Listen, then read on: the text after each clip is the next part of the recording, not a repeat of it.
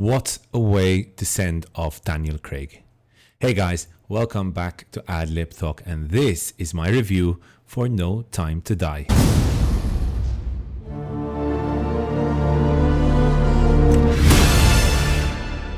It's incredible that this is Daniel Craig's fifth Bond movie. I still remember the complaints of Daniel Craig being too blonde to play our favorite spy. That feels like a lifetime ago, as Craig's take on Bond has been an overwhelmingly successful one, bringing back a lot of nuance to this character and just the feeling that even Bond can experience loss. But before we start with this review, don't forget to leave a like on this video if you enjoy it, and please do consider subscribing, as those are the two main ways you can help grow my channel right here at Adlib Talk. Cheers, and let's get right into that review. So production for No Time to Die was not an easy one. We first had the change in director with Danny Boyle, famous for Trainspotting, being removed as director due to creative differences. Kerry Joji Fukunaga replaced him as director. He had previously directed hits such as Beasts of No Nation and True Detective, a very, very good series. There were also quite a few script changes throughout the production process, and these can be clearly seen throughout the movie, with some pretty inconsistent writing here and there. We'll talk about this more in detail later on. Anyways, we've got Bond, who is now in retirement and enjoying life quietly in Jamaica. He has cut out MI6 from his life, but is approached by his friend Felix from the CIA, who brings him in for one final job to take on Safin, acted quite well by Rami Malek, and to discover the secrets behind his past lover Madeleine Swan, acted very well by Lea Seydoux. Overall, I did really enjoy No Time to Die. I had my reservations about it due to all the controversy that came out with regard especially to Daniel Craig being replaced, as well as the production problems. It was never going to be a perfect movie. There were too many changes for that to be possible. However, I must say that I did exit the cinema very, very satisfied by what I had watched. Performances in this movie are quite impressive. Daniel Craig, as always, gives us a great take of Bond. The way he manages to combine the sort of confident, womanizing exterior with his interior conflict is excellent. This is a Bond who has now aged quite a bit since Casino Royale, all those years ago, and Craig does not ignore this. In simple terms, this is the most human Bond I have ever remember watching. Lea Seydoux also gives us a great performance as his lover Madeleine, and she has some pretty good moments in this movie as well. To be honest, the whole supporting cast was particularly good. I especially enjoyed, however, Rob Fiennes and Ana de Armas. Unfortunately for Rami Malek, this is definitely not a villain who will be remembered throughout the ages. The reality is that the movie's focus was completely on Bond throughout, and he just did not have enough material to work with. Finally, I feel that Lashana Lynch's character was a very good addition to the Bond world. I know there was a lot of controversy about this, but I felt that it was done respectfully. I do not, however, think that she has the charisma to sort of hold a whole Bond movie on her shoulders.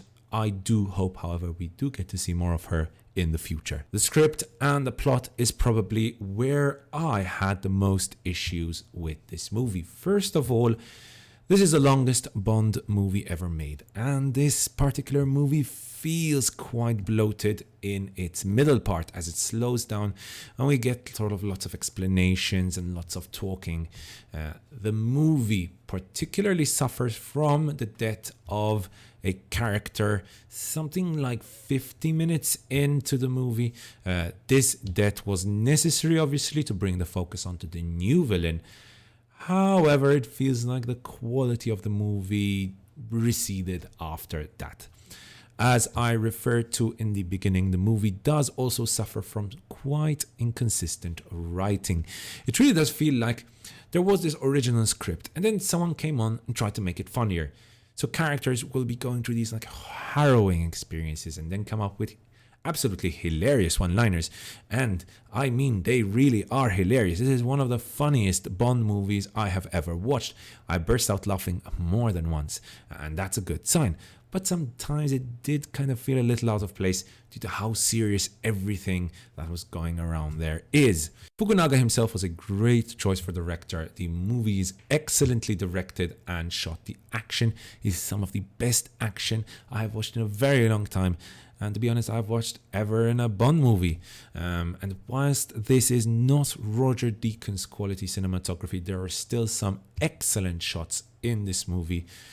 To be honest with you, one of the things I've always loved about James Bond is how these movies take you to different exotic parts of the world to experience locations you probably will never visit in your life. And No Time to Die also successfully does this. Finally, the visuals in this movie are truly on point, and I loved how punchy and real the action is. I always emphasize that when talking about action movies. It has to feel and it has to sound.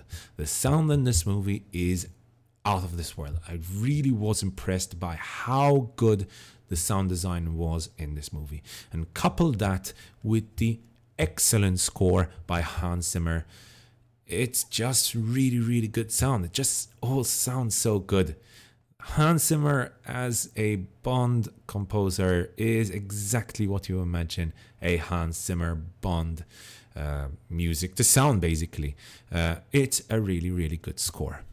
Also, Billie Eilish's song really does give me chills whenever I hear it, but especially listening to it in the cinema was an experience in itself, and that combined with the absolutely beautiful title sequence was